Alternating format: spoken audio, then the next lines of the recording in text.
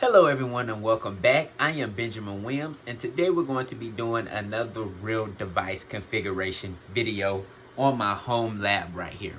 So today we're going to be configuring an enable password on my Cisco 3750 switch. So right now anybody that knows what they're doing can walk up, plug in a console cable to this switch and be able to administer any commands that they want to, and basically if they want to they can mess around in my network. So we're going to be configuring a password on this device to protect that from happening. Also, after that, we're going to be creating a password for the VTY lines as well. And then lastly, we're going to be connecting to this device right here remotely via Telnet. So without further ado, let's go ahead and get into this video. So we're back here behind the switch and I have my console cable right here. And as you can see, we have the, if I can move these cords out the way, we have the console connection for the switch right there. So let's go ahead and plug in there. All right. And we are now plugged into the switch.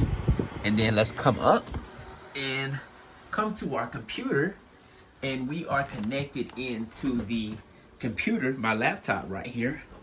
So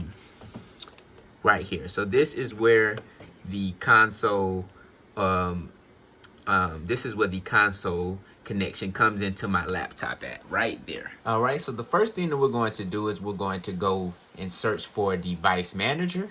So we see that it's right there. Let's bring this over to our big screen. Let's blow it up a little bit so you guys can see a little bit better. All right, and we're going to go to ports. And then we can see our USB to serial connection is connected into COM5. Okay, so if we go to PuTTY, bring up PuTTY, let's bring that over here. And let's go to our appearance right quick.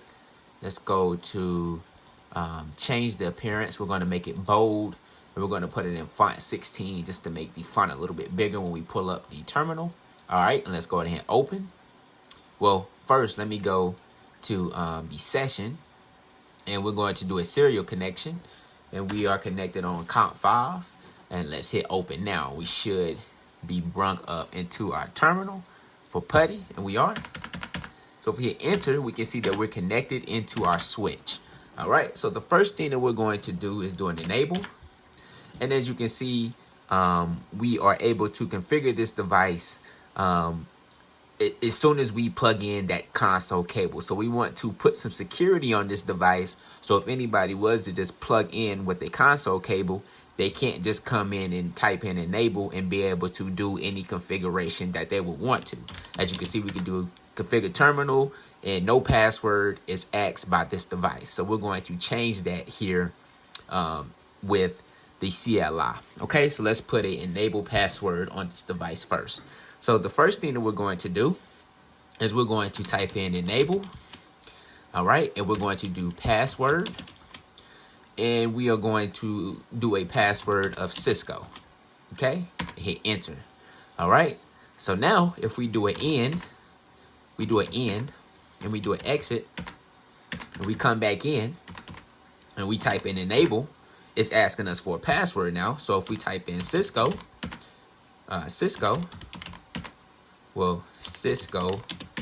there we go. I was typing it in wrong. We are now brung into privilege exec mode, as we can see by this hash right here. Okay, so now we have an enabled password on this device. So if we do a show run, we can see that our enabled password is in plain text. So anybody that is able to guess this password maybe, or able to get to the running config, they can see our password in plain text. So that is another security risk. So what we're going to do about that is we're going to do a configure terminal. And then if we type in service, password encryption, and hit enter there. Now if we do a do show run, now, we can see that our password is now encrypted. So anybody that looks at the running config cannot see our password in plain text. Okay, so that is the first thing that we were going to do on this device. Now, let's go ahead and set up our VTY line username and password. So we want to set up a username and password on this device. So we're going to do a username of Ben, and I'm going to do a regular password. We're going to do the same password of Cisco. Okay, and hit enter there. All right, now we want to configure a password for the VTY lines. Okay, so if we do a line, VTY, we want to only allow one user to use the VTY line. So we're just going to put 0 right there. And then we want to do a login local. Okay.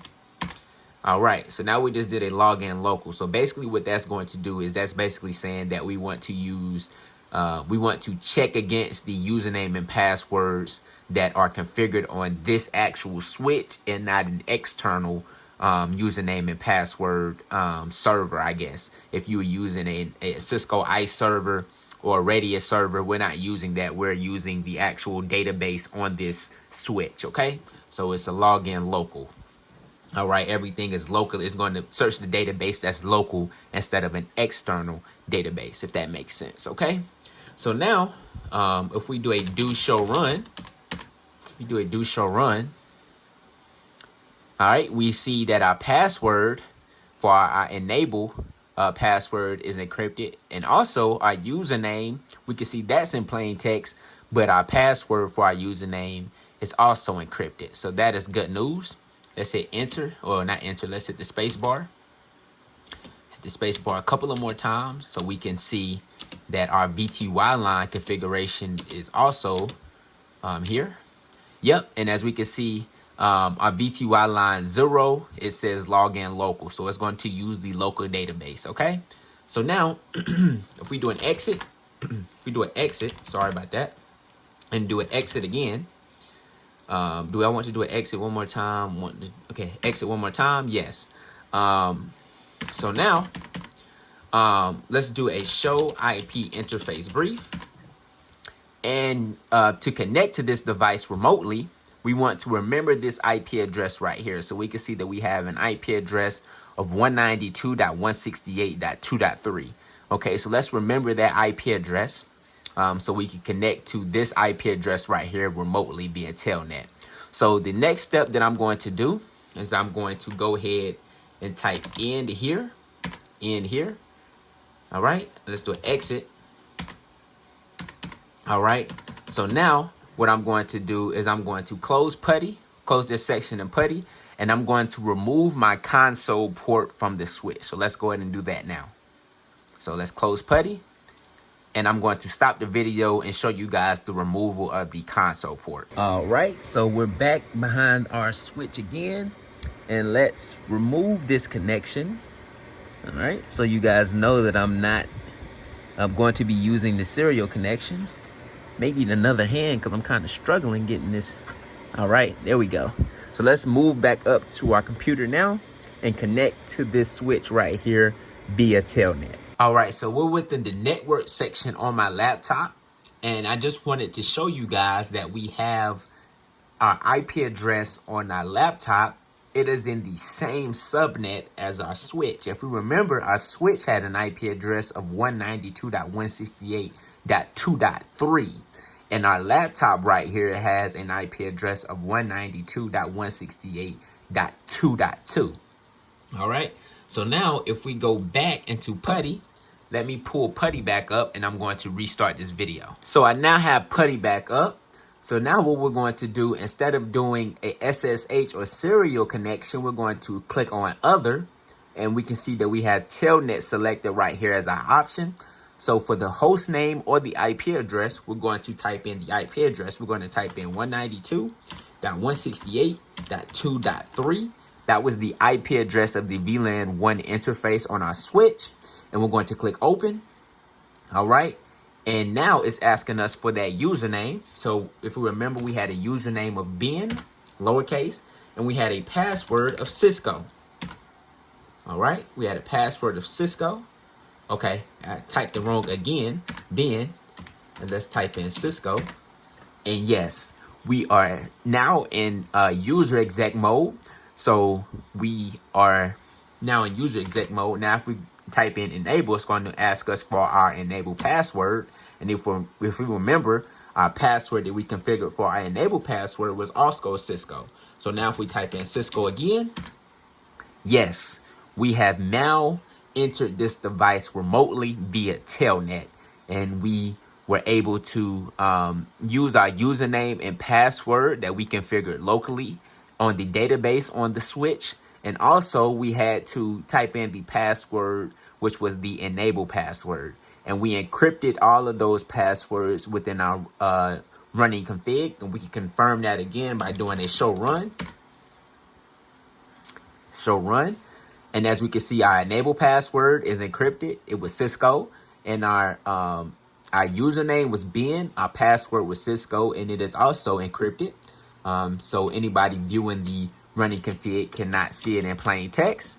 And lastly, we also configured the VTY line 0, which will only allow one user to connect to this device remotely, and it's using the login local database. So it's using the local database to check against the username and password. So we did some security in this video, and we also connected to our switch via Telnet. So thank you guys for watching this one, and I'll see you in the next one.